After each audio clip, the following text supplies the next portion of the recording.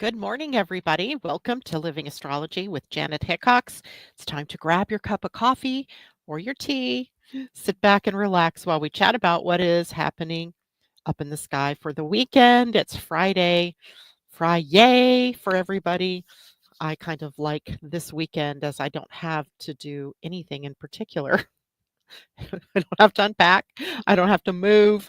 I don't have to there's no parties. It might just be a relaxing weekend. Isn't that nice for once? Today, the month of July, as I told all of you, way back at the first, um, isn't, crammed full of transits. It is a fairly quiet month. As I say that, there have been big changes for sure, but fairly quiet. And that gives us some extra time to talk about things that we haven't talked about in a while. So, for example, this morning, we're going to talk about the moon, which we haven't really talked about in a while. I kind of had to set that one aside because so many other big things were happening. So, we'll talk about the moons for the weekend, and then we'll also go into the only transit aspect that there is in planets, and that is Mercury and Venus, and Mercury newly in retrograde, of course. And we'll also talk about the new Human Design Week, which becomes a week where we get to address the stories that we tell, how we tell the stories that we tell, what the stories are that we tell. So, anyway, we'll have some things to talk about and hopefully have some time for questions and so forth this morning. I got to ask people, do you have Mercury in the shadow, almost retrograde stories? Because if you don't, I sure do. This has been a week of craziness in technology, really, for me. And I think I said this on Monday's show that I always get hit more in the period just before the retrograde than I do during the retrograde. And then again, I'm, kind of getting hit at the in the shadow, the retro shade, if you will, of the retrograde. So this week I've had all kinds of glitches and stupid things. Like, for example, my mouse quit working. Just quit working. I don't know why. I changed the batteries, and I like to use a mouse rather than my onboard keyboard because I just I don't know, it works better for me. And finally, it was like jolting forward, and then it would stop, and then I'd be like, "Mm," and then it would catch up and do all of that weird stuff. It was just being a very weird day. And I ended up taking the little wireless piece and moving it to a different USB port, cleared the problem up. I don't know why, but it was just an inspiration to take that out, put it in a different port, and it worked fine. Then my TV decided to behave badly and do the same thing, sort of choppy and wavy. And uh, my daughter said, "Well, let's unplug it and see what happens." So we unplugged it, counted to, I don't know, 10 seconds, plugged it back in, fixed the problem. But by far, the worst thing that happened to me this week that sent chills down my freaking spine is that I was looking up instructions on Google for operating Dish. And because I've never used Dish before, and anyway, I was connecting it and I needed to know how to do it. I ended up on a website that was presumably instructions, and all of a sudden my screen flashed and said, "Your computer's been locked out and you have Trojan viruses found on your computer and you can't access this. Don't try to turn your computer off. It'll only destroy it." And it was crazy, right? And flashing lights and this voice that kept saying, "Your computer has been locked out. Your computer has been locked out." And mm, I don't know if you guys have ever had that happen, but it totally floored me. And it was a totally Mercury retrograde thing to have happen. And there was a phone number down at the bottom. It said, "Call Microsoft at 188 whatever, whatever," right? So I call the number, already kind of being wary about what the hell was going on. And I got a hold of this guy. He was very Indian sounding and hard to understand. But essentially, what he wanted me to do was go to this particular website and download this, like, remote controlled, remote viewer kind of app. And when I said, "You know what? I have a feeling you're scamming me. So I'm not going to do that." And he said, "Ma'am, it's up to you." And I'm like, "Mhm. Talk to you later." So I hang up and I immediately called. I pay a monthly fee for this thing called HP Smart Friend, which helps you clean out your computer or when you have issues, that kind of thing. So I quickly called them and told them what had happened, and they cleaned out my laptop. Sure enough, I had 3 Trojan viruses on there, placed likely from the website I'd gone to, and they fixed it all up for me. So be very careful, people. I just can't stress enough to you, to be very careful about the sites you visit. I mean, this was a site that seemed just totally normal. However, Mercury in retrograde brings back the old scams, brings you to, issues of technology, of the mind, of thinking, of conversations, of communication, all of that kind of stuff. And of course, yeah, it was a BS scam. If if I had, allowed this person to take control of my laptop, God only knows what might have happened, right? They'd have access to everything on my laptop, including my passwords and my bank account and everything like that. So be very, very, very careful during this time. And indeed, Christine, she says, "Oh no, turn it off." That is exactly what HP Smart Friend told me. He said, "If ever that happens to you again, turn your laptop off and wait for a few minutes and then turn it back on and call us immediately." So thankfully, I pay for that service, so I don't have to worry as much. So good morning to all of you who are now joining. I see Terry, I see Christine, I see Tom, and I see Amanda J. Good to see you, Amanda. And I saw Diana and Julie. Good to have you with us. Plus, I see a bunch in the background that haven't yet checked in and said hello, but I'm glad you're all here with me today. So let's first talk about the weekend's moon. We haven't done this for a while, and the moon, it's such a quick moving object that to talk about it right this minute, and by the time I'm done with this broadcast, it's changed, right? So, and a couple of hours from that, it's changed, and then it's changed yet again. So it's hard to keep track of the moon, or it's more difficult to keep track of the moon. But this weekend's moon is kind of interesting because right now the moon just early this morning moved into the sign of Taurus, and it's on a Taurus to Gemini journey. And after the steady rhythmic energy of Taurus, the Gemini energy comes in and changes up that energy, and that means that the moon will meet with Uranus newly in the sign of Gemini. So we have a whole, bunch of different connections that the moon is making.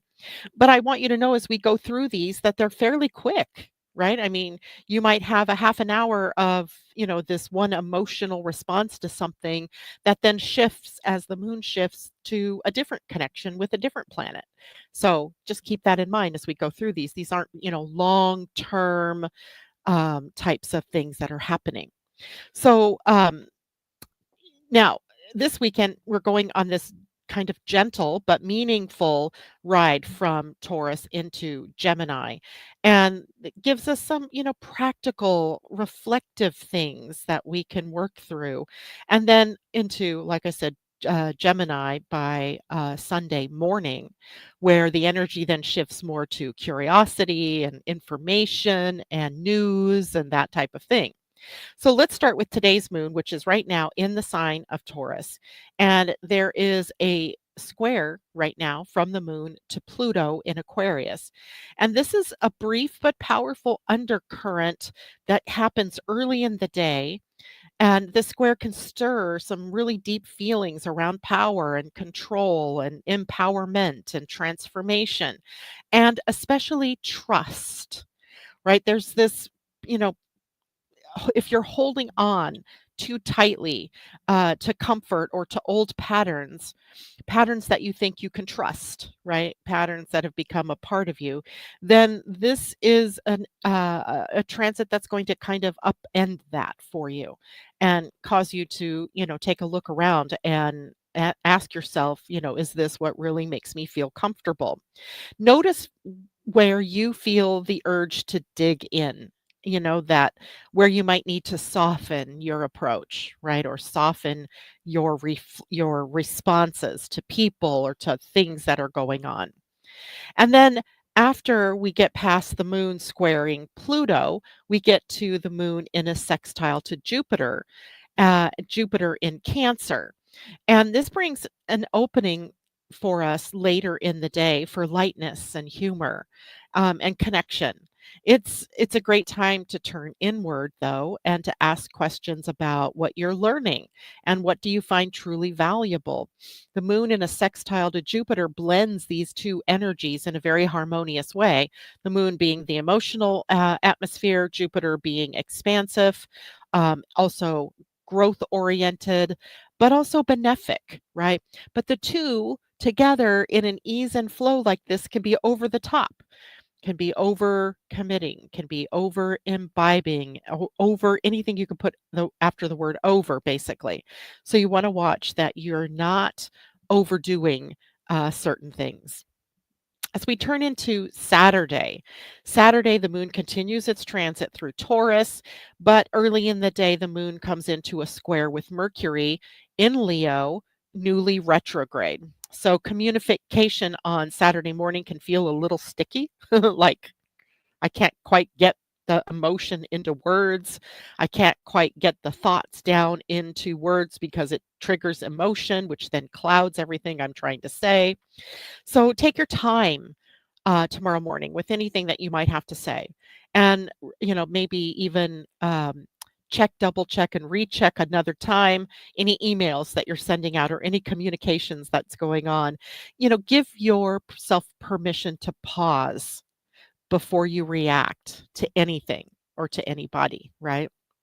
Let your heart speak Saturday morning, but you're needing to give your words time to ripen, to come into fruition, like to coalesce into a coherent message, and maybe even a positive message, right? Because initially, emotion can sometimes trigger that knee jerk reaction. This is what I want to say, and I say it, and then I'm sorry later that I said it. So watch out for that, especially because Mercury is retrograde and that can take us backwards, right? We can go back into old behaviors or we can, be wounded again by something that somebody has said. And now, we've got fewer filters perhaps. We should have more filters, but maybe we have fewer. And we just say whatever it is that comes to our mind. So just, give yourself time on Saturday. Now, later in the day, the moon will trine Mars in Virgo. So this is a sort of practical mood energy, right? It's a boost of practicality. It's the energy to act on what really matters, what matters most to you, what's most important to get done for the day or to see, through to completion. It's one of those get stuff done and feel good about it sort of days where we can be clear, we can be grounded, we can be more efficient, and that this will be later in the day tomorrow, a day to follow through on the small things because they really matter. I have a feeling my daughter and I, we have a whole garden full of beets that are ready, right? We have to get them out of the ground. We have to get them processed because we're pickling some of them. I don't know what we're doing with the rest of them, but pickling most of them, I'm guessing. So that'll be a great day to take care of the grounded, practical, earthy stuff out in the garden, get the details seen to, and get it done. Sunday, the moon is very early in the morning is in the sign of Taurus, but then by I think it's like 6 o'clock in the morning, it transits into from Taurus into Gemini. So we change up the energy of the day. So, Sunday is a much more social feeling kind of day. I feel, like I want to be more open and communicative. So the first aspect that the moon makes that day is a sextile to the sun in Cancer. And this actually is happening, just as the shift is happening. And it's a beautiful harmony kind of feeling where, there's offering up of peace and gratitude and a sense of inner alignment and emotional equanimity, let's call it. And it's a great moment for quiet reflection and connection with loved ones. Just pause Sunday morning and then feel the light before the crazy of the day begins, right? Or before the action of the day begins. And then the moon will enter Gemini and things start to speed up, right? Gemini is an air sign. It begins this flow of information, of ideas, of conversation. And your mind may awaken. It may, decide to, follow, you may decide to follow some new trail of information. It sets the tone for a mentally engaging beginning of the work week as the work week begins with the moon in Gemini as well. And in Gemini, the moon is going to aspect immediately in a conjunction to Uranus. So remember, Uranus is new into the sign of Gemini, so it's in the very earliest degrees. So there may be some surprises to your feelings and to your emotions, or maybe some intuitive spark that comes, right? The planet Uranus taps us into the unexpected or to our higher selves, and curiosity, returning in a big way. And don't be afraid to change your mind, right? Uranus, is a change agent. It creates a pathway for us to liberate ourselves from something that we've been holding on to. Which might be an old thinking pattern. It might be an old relationship that we need to complete with. So don't be afraid to do the change, make the liberate yourself from something early on Sunday, or a little bit later on Sunday. And then sextiles Saturn and Neptune to in the sign of Aries. Again, Gemini and Aries work well together. We have fire and air. There could be a real creative spark, right? A real artistic flair coming. This can blend emotional maturity with vision, and then it could feel like you're dreaming with structure, like something that you've been dreaming of, that you can bring into form, that you can build, that you can make real. And then late in the day, there's a trine from the moon to Pluto in Aquarius. Note that we had the square today, and just a couple of days later, we go into the trine. That's how quickly the moon can move through a sign. And the trine is a subtle but kind of potent emotional empowerment for the day, where your voice, you might find, really holds weight. So, again, being watchful for what you say, as Mercury is retrograde, and Mercury is the ruler of Gemini, the sign the moon will be transiting through. So, if we summarize the moon for the weekend, it asks us to move, right, from this embodied stillness to mental movement, and from grounded values to flexible curiosity. So, we're moving through signs, which means that we're changing up the energy. So, let your emotions guide you inward first. The moon does take us inward and then outward into the path of discovery, or into the path of action or conversation, that type of thing. So we have that. Good morning to J Lo and Tom. The beats grow on, Sunny and Cher. You're so funny.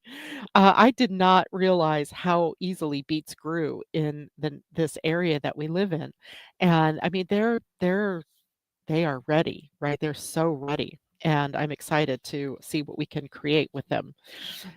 Okay, so questions, anybody?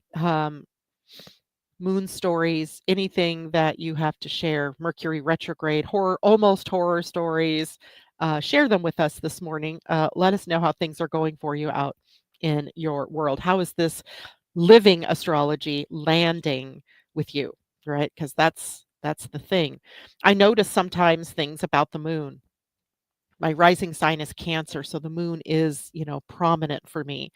And sometimes I notice that very subtle change that the moon makes, and other times I just don't, right? I go through the day, I'm like, "Oh, well, that, connection to Pluto didn't do much." Well, that's for me personally. It could have done a lot for another person, right?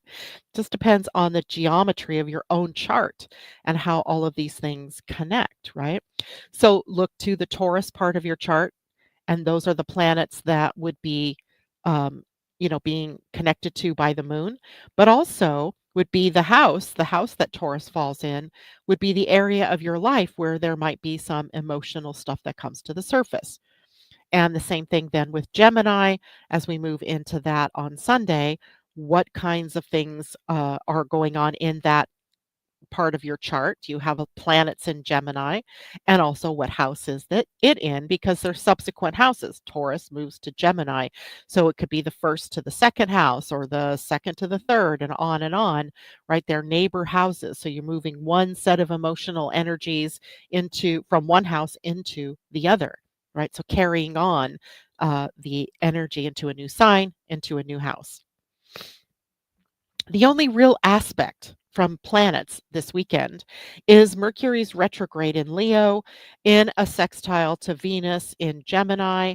That actually happens today and into tomorrow.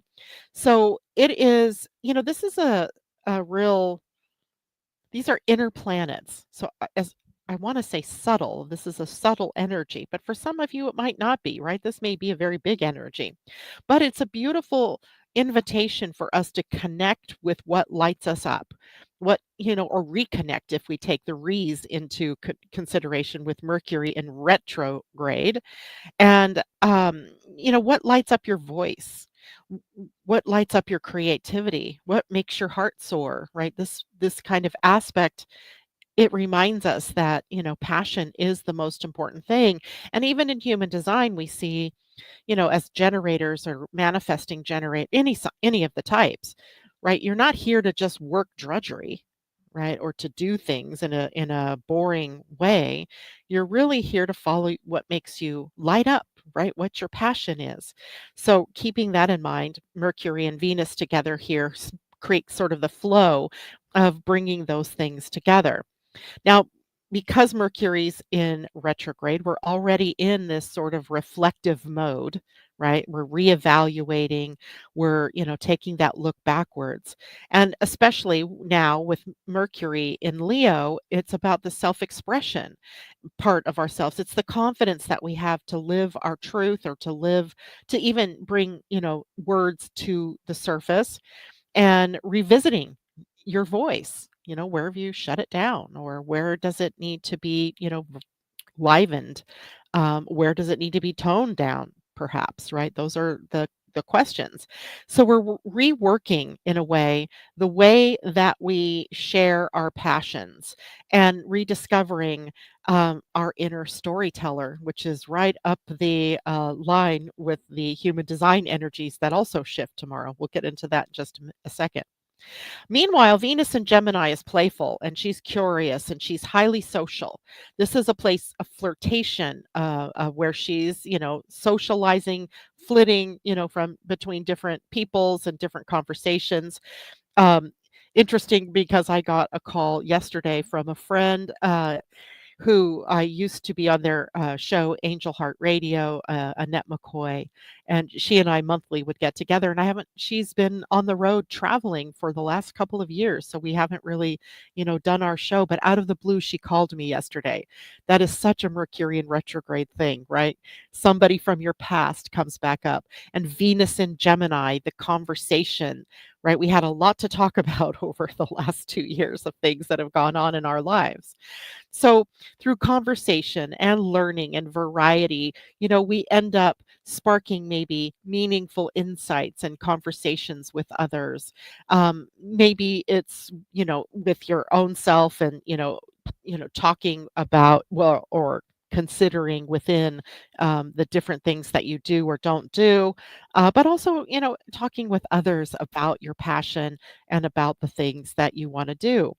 So it's a great day for rekindling a creative project that maybe you've put on pause. It's a great day for having a heart-centered conversation with someone that will help you see something differently, maybe about yourself or maybe about themselves.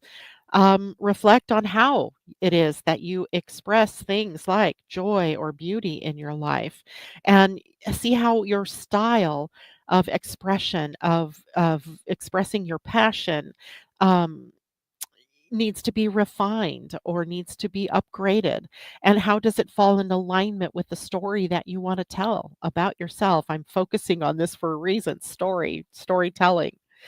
So, with both Mercury and Venus in expressive signs, Leo for Mercury, Gemini for Venus, we might feel really inspired to speak or to write or to teach or to reimagine our message or to, in some way bring the creative energy out that's been sort of residing within. But because Mercury is retrograde, this is about the refining of that. This is the refining stage, if you will, of that creative, not the full-fledged launching of it, right? Be a little more circumspect about it. Do the reevaluation, the reflecting, the refining, and then be ready in the next few weeks to put what is inside out to the world. Ask yourself now too, and this is a big deal for this weekend. We see it in the moon, we see it in the Mercury retrograde sextile Venus, and we're going to see it in the human design aspect as we go into that here in the next minute. But ask yourself, what stories from your past are ready to be told in a new way, in a new light, with a new understanding? And then what truth wants to be expressed more clearly, more boldly, or even more playfully, right? The message, we can deliver a serious message, but in a more playful way, but still get the message across, right? We don't have to be down and heavy. That's more Saturnian. We need to be a little lighter here. The energy, though, is about tuning into your natural voice, not someone else's, not just to be heard, even, but to connect from the heart, to really to pass on a message to people from your heart, right? Connecting hearts, heart to heart. All right. Uh, Good morning, Londa. Hi, I'm from your past, present, and future. I had to run out to Samish Island yesterday because I forgot some mail that was out there that I need to go pick up from the old house. And I thought I should just drop in on Londa. But then as I was going home, I just passed the road and went, oops, maybe not today. Kelly, good morning to you. She said, I was just hoping I'd see you streaming. Here I am. Debbie Tibbetts Tumiel, good morning. Looking forward to chatting with you a little bit after the show is over today. Terry says, good morning, Teddy and Patty, although I don't see them here. So I hope they're listening. Anyway, let's move on, shall we? I want to talk today about the Human Design Week, which launches tomorrow morning, and how it plays in with this. I mean, I'm already giving away the aspects, right? The storyteller aspect is this big theme for the weekend, and the human design aspect comes in and just kind of solidifies that for us. So isn't it interesting that just as, Mercury and Venus invite us into this sort of expressive, reflective space, that the Human Design Week beginning tomorrow also takes us into that same place, right? With the sun moving into the gate 56, which is called the gate of expansion in quantum human design, but it is also called the gate of the storyteller in more traditional human design. So I think expansion through the stories that we tell, right? And then the earth moves into the gate 60, which is called the gate of limitation in traditional human design, but the gate of conservation in quantum human design. So we get the idea that we're kind of honing in on something, right? We're kind of bringing um, kind of focus to something. So I think it is a great, thing for us to think about in terms of adding to the moon and adding to the Mercury Venus thing that we're working with. So I'm going to share my screen here. I got to remember how to do that in this new share screen. Okay, good. And there we go. So what you should be seeing now is the human design chart. And let me check back over here at StreamYard to make sure that is what you're seeing. Indeed, it is. Okay. So when we're talking about the gate 56, it happens to be a gate that sits on the throat center, right? So it connects us to communication. It connects us to manifestation. The throat center in human design is all about creating through communication, putting words to something so that we can manifest, right? Words equals manifestation. So at the gate 56, living in the throat center carries the energy of sharing your experiences in a way that moves others. This is where it gets the storyteller energy from. And it doesn't just tell stories like lies and stories. It transmits meaning through the lens of personal adventure or insight or reflection, your true self experiences. And you might feel called during this week that the sun is in this gate to voice something that you've been holding in, something you've been holding back, or to express a truth that's been simmering just beneath the surface that wants to bubble up and to be shared. And that's exactly what the Mercury retrograde in Leo is good for anyway, right? Mercury in Leo, revisiting your message, your brand, your creative identity. And paired with Venus and Gemini, then it isn't just about being perfect, it's about playful experimentation and how you express who you are. And then the sun in this gate also shining a very bright spotlight on what is your message? What is the story that you are sharing? But there's this counterbalance to the energy as well. And that's how we always see the sun and earth in the human design week. The sun shows us the highest that we can achieve, right? The highest of the energy that's possible for us for the week. But the earth always shows us what has to be grounded in first in order to get there, right? So the earth brings the grounding and it's at the gate of conservation, which kind of reminds us that not all stories need to be told right away, or in every space, right? It doesn't, just because you have a story to tell doesn't mean that blast it to Facebook with a whole bunch of people. Perhaps there's a smaller niche or group of people that are more interested in that message. So this gate 60 actually brings us some grounding energy, some through limitation or through conservation, um, through knowing what's worth preserving, and when restraint becomes its own form of wisdom, when holding back the story is more prudent than blasting out the story. Right. So it's a timing kind of thing. Right. But the gate 60 is on the root center, and the root center pushes up. Right. It's the pressure to do, it's the pressure to move outward. It's the earth grounding us, though, in the energy of conservation. The 56 wants to expand and express, and the gate 60 wants to conserve, to distill, to go deep.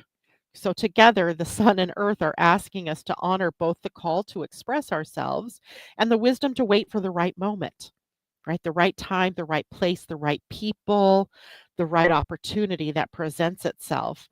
And then it also asks us if we can speak boldly while staying rooted in what truly matters. Or are we going to get carried away, right, in the message? And, the gate 56, I often think about, this is the stories that we share with others, but it also has to do with, are you sharing an old story that isn't empowering, that isn't, that has, kind of limited you. And this is your opportunity to upgrade the story. Like, for example, maybe you're telling yourself a story about your ability to attract abundance, or to find the right career, or to find the right healer, or to be healed, or to have good health, or whatever area of life, where you're telling stories. Take a look at those stories. This is a great time to revise them and, you know, kind of upgrade, if you will, the story that you're telling about your own self, about the experience you had, because there's always a story. And yeah, some of the stories are tragic. Some of the stories are sad. And, yet there's always the other side of that story, right? What happened because of that? What was the outcome? What was the takeaway message? What did you learn? How has this elevated your life, or how have you evolved your consciousness through what occurred, right? So the story the so be careful of the story, right? Because the story can have a limiting effect on you, right? Are you limiting yourself and your life by the story, or are you elevating it? But these are primarily stories that we share with others. So if you're, sharing a limiting story, you're not just holding yourself back, but you might be holding others back. I hope that makes sense, because 56 is just one of those gates that really prompts us to take a look at what it is that we say, what your words are. It's on the throat center, on the throat center. Big importance there. All right. Now, if we kind of take a look at this now, let's go through to the gene keys. First of all, let me go back. Look at your own human design chart. So before I leave this screen, um, do you have the gate 56 already defined in your chart? If you do, it'll have, either a line connecting it up here to the gate 11, or it might look like this, where it's just halfway across. Take a look at it. And then take a look at the column on the left of your human design chart and see what planet it is that you have sitting here, because that can help you define more about what the sun's presence now is bringing up for you. And remember, the sun shines a very bright light, and it's going to shine a very bright light on whatever planet that you have natally sitting at that gate. So, for example, let's say you had Mars sitting at this gate. Mars in human design is often a place where we're maturing, right? Where we're growing up, if you will. And so the sun shining a bright light here for you at the gate 56 and on your natal Mars might mean that you're taking a look at how your story has evolved, and or has it not yet evolved, right? Do you need to evolve the story through a process of maturing, through a process of growing up and seeing the bigger picture, right? That could be how that plays out for you. Now, if you're someone like me, I do not have the gate 56 defined. So in my chart, it actually kind of looks like that. The throat center is not even defined in mine. So in yours, God bless America. There you go. You might just have this white, but now today, suddenly there is energy sitting at this gate. And in that, it means that you're, suddenly the sun shining this light on the stories that you've been telling, mostly to yourself, right? What a story is, it a story of empowerment or disempowerment? Is it a story of possibility, or is it a story of constraint, right? What is the story that you've been telling? And some of you may actually have this already up here to the gate 11. So now you have an entire channel, a channel that is taking in ideas and the expression of ideas and turning them into stories and success stories, or stories of not success, right? Of being, not successful. And this will be interacting with the sun as well. So you have more, energy connected to it if you have that channel already defined. All right. Now, did I just confuse people? If I did, let me know. Teddy, there you are. Good morning to you. Um, Christine, defined ajna at gate 11.3, Saturn and Sag is halfway through to an undefined throat. Very good. So now you have a defined throat, right? If you look at this, let's see if I can do this for you.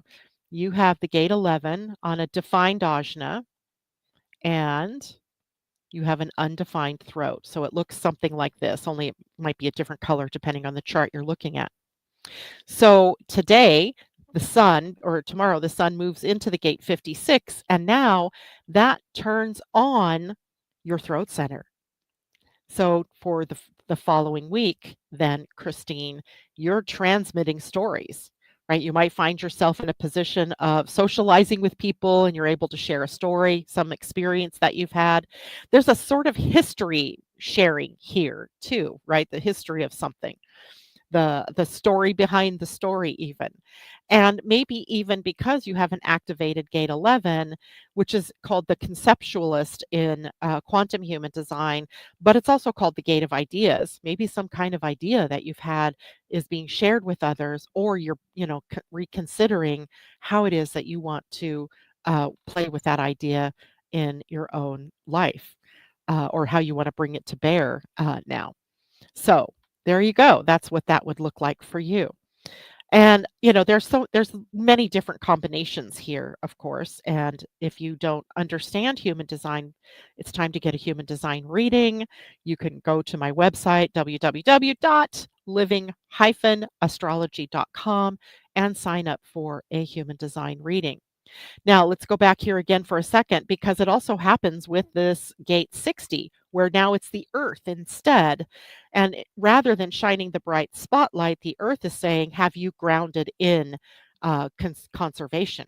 Right? Have you grounded in limitation, or have you become over expansive? Is it overly, big? So again, the same thing occurs if you have a hanging gate 60 like this, then this is what this looks like down here. We call this a hanging gate when there's not a connection to the other side. The gate 60 here hanging may be bringing you the opportunity to kind of bring in the story, right? Bring in the story, ground it in before you share it with others. Make sure you know what it is that you want to say before you actually say it, because this is the root center and it's pressurized, right? It's a pressure center. So it's stressed, it's adrenalized, and it wants to move outward. And if you're moving outward in a very big way, the message might get lost, right? So it might be a call for you to make sure that you're getting to the point. Now, if your gate 60 is connected to the gate 3 already by birth, right? I have the whole channel, the 3 to the 60, and this is the channel of innovation. The earth at the gate 60 might also have you honing in your ideas, right? Kind of bringing them in and crystallizing them, so that when you do put it out, it does land as something innovative and new and exciting, and passion is engaged with that rather than it just being, you know, something new that you do, but without any forethought as to what it is that you're doing. And again, some of you may have this completely open.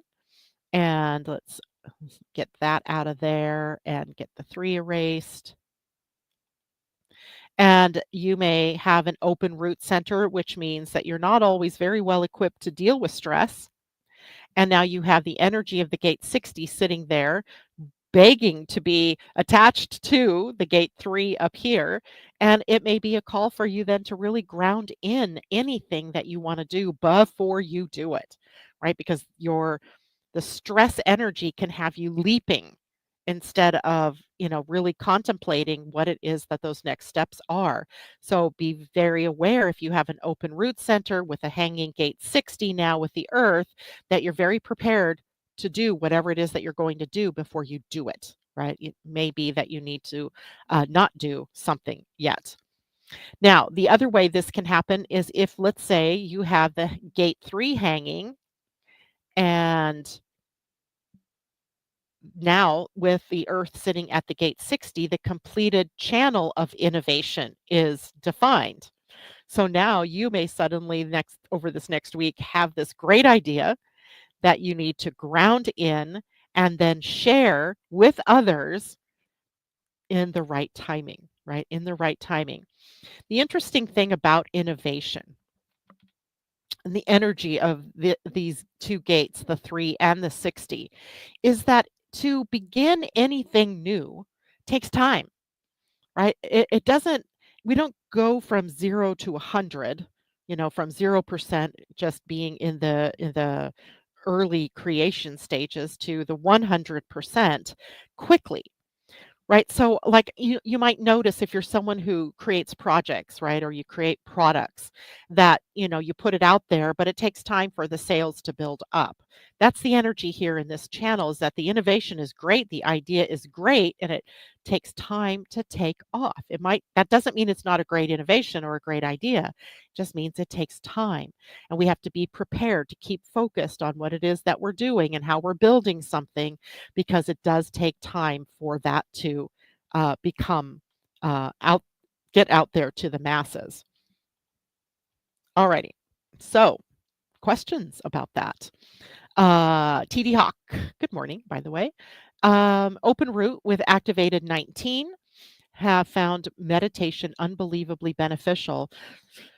That would be very true for you as a way to ground, because the 19 is also a gate that's very sensitive, and it connects over to the emotional center. So you could kind of think of it as a beacon. It's pulling in emotional energy.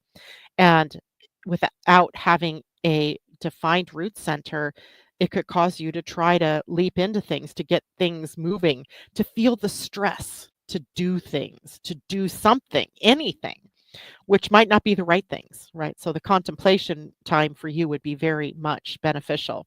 J-Lo, how will it affect someone with the 11 being their descendant, since human design really doesn't acknowledge the DC? Yet thankfully we have you taught us astrology. Yes, so the DC, the descendant, is the hidden part of yourself, right? It's the part of you that you see through others, because the ascendant is you, and it's exactly opposite of the descendant. So if you have an ascendant that's very activated, or it's your mask, it's who you are, right? The descendant will show you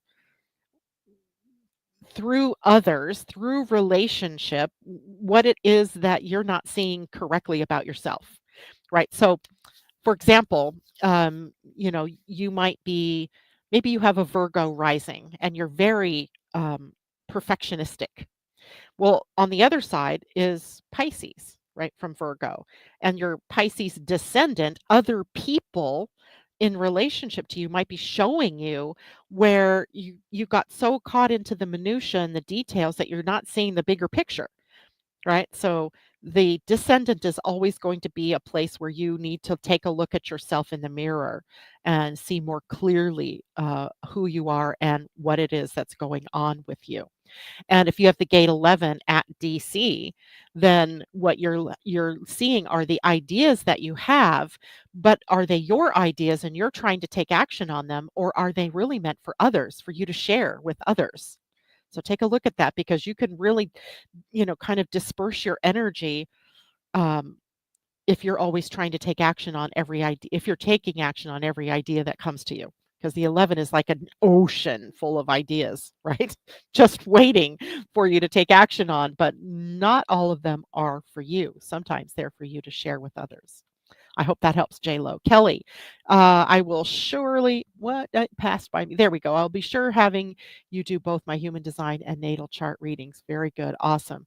And OMG, so funny. I have 0 degrees IC Virgo, and sheesh, I have been nitpicking what I've been creating, trying for perfection. Perfection is what it is in the moment. Just keep that in mind, right? It is what it is in the moment, right?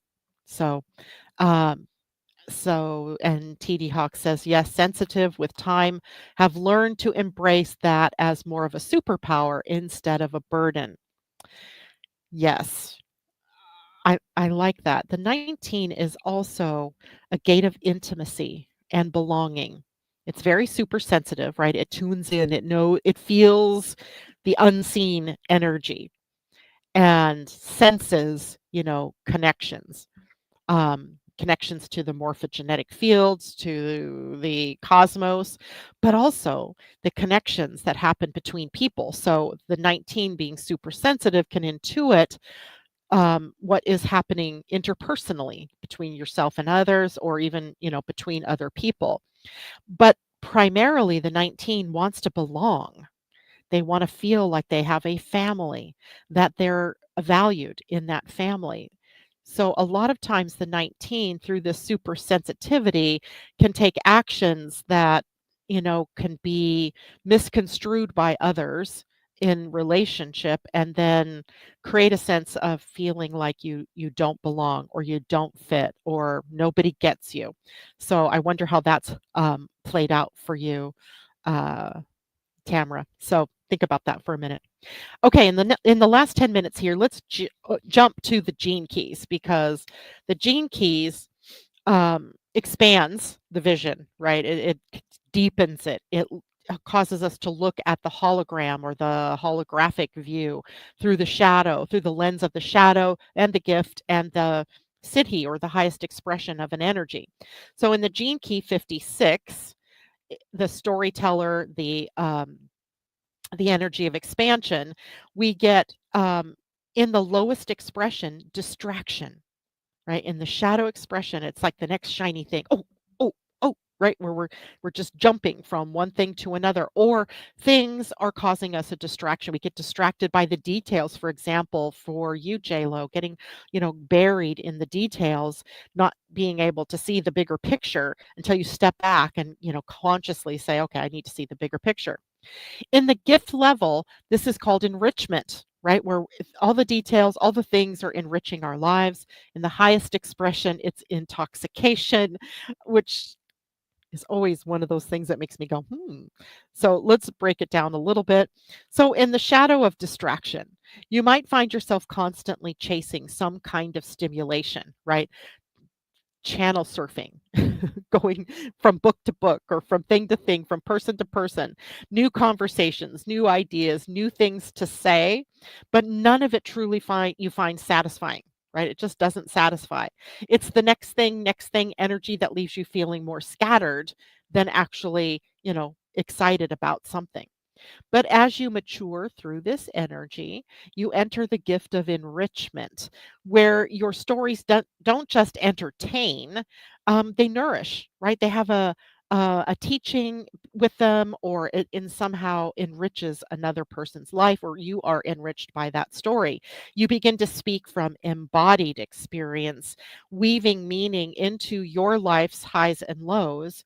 And you're not just telling stories anymore, you're transmitting truth through your stories, right? Transmitting truth. Now, when we get to the highest expression, where does intoxication come from, right? This energy moves into not just the usual spiritual sense of being high on spirit kind of thing. It's where your words become medicine. It's your presence alone uplifting others. And this is where the storyteller becomes a mystic, sort of channeling divine inspiration through the voice.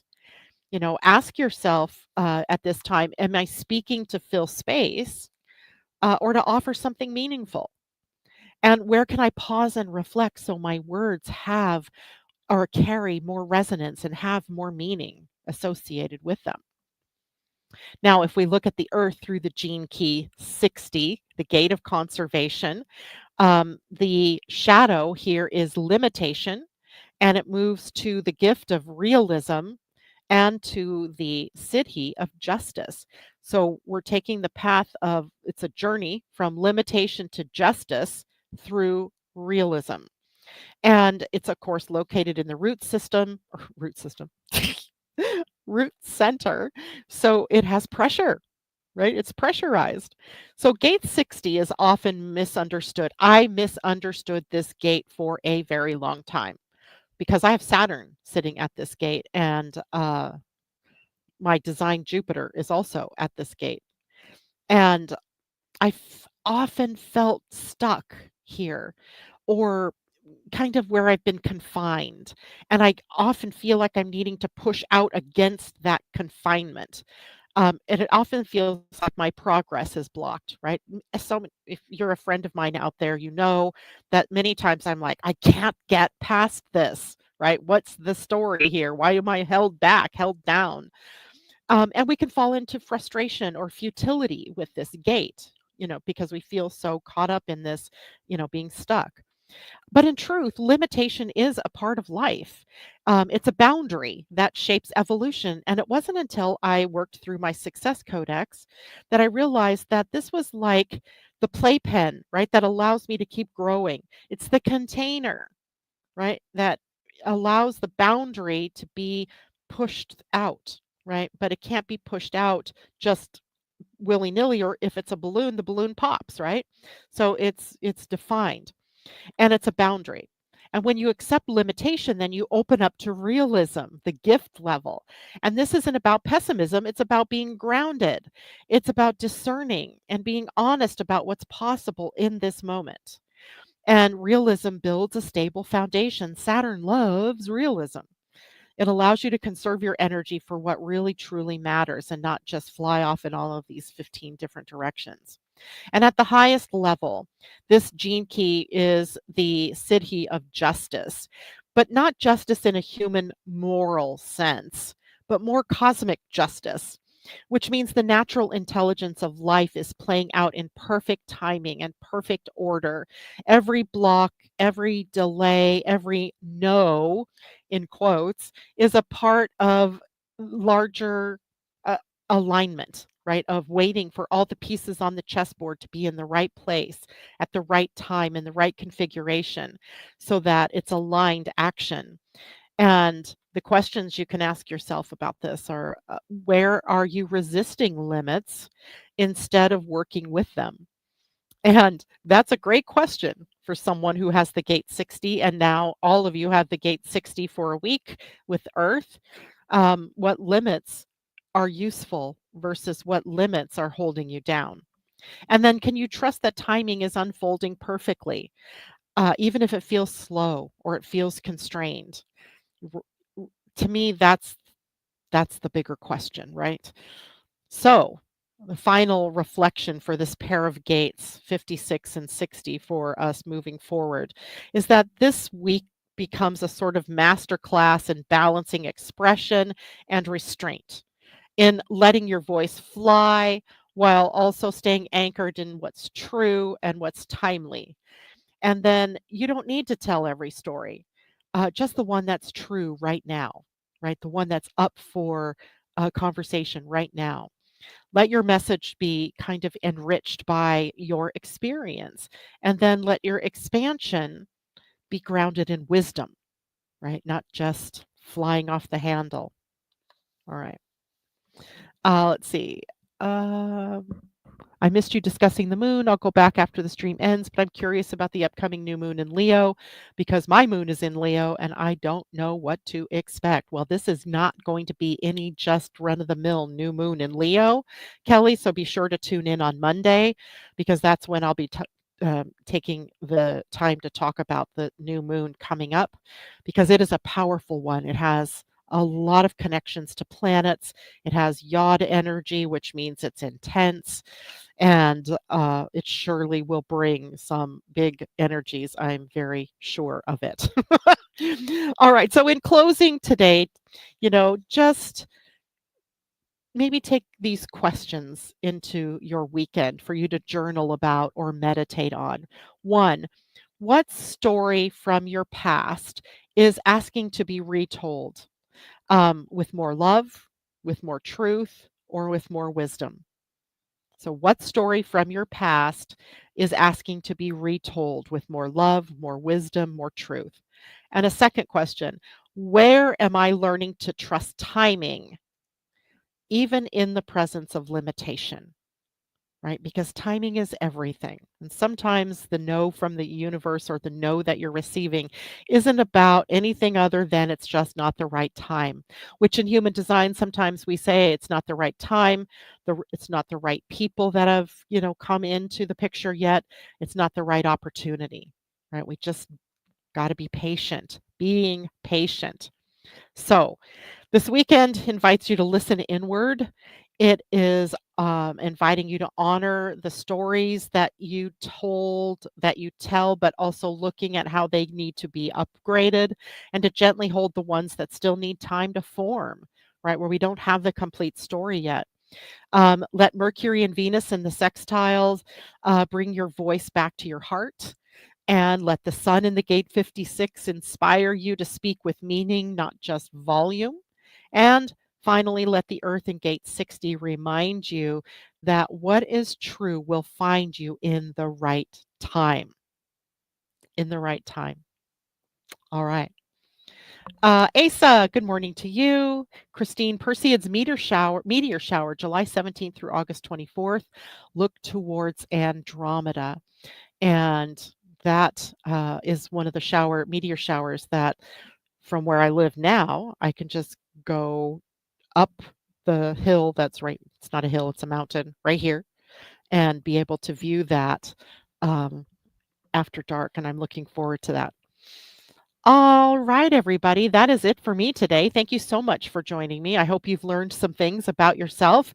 If you have any questions about your human design or about anything we talked about, please reach out at Janet at living-astrology.com.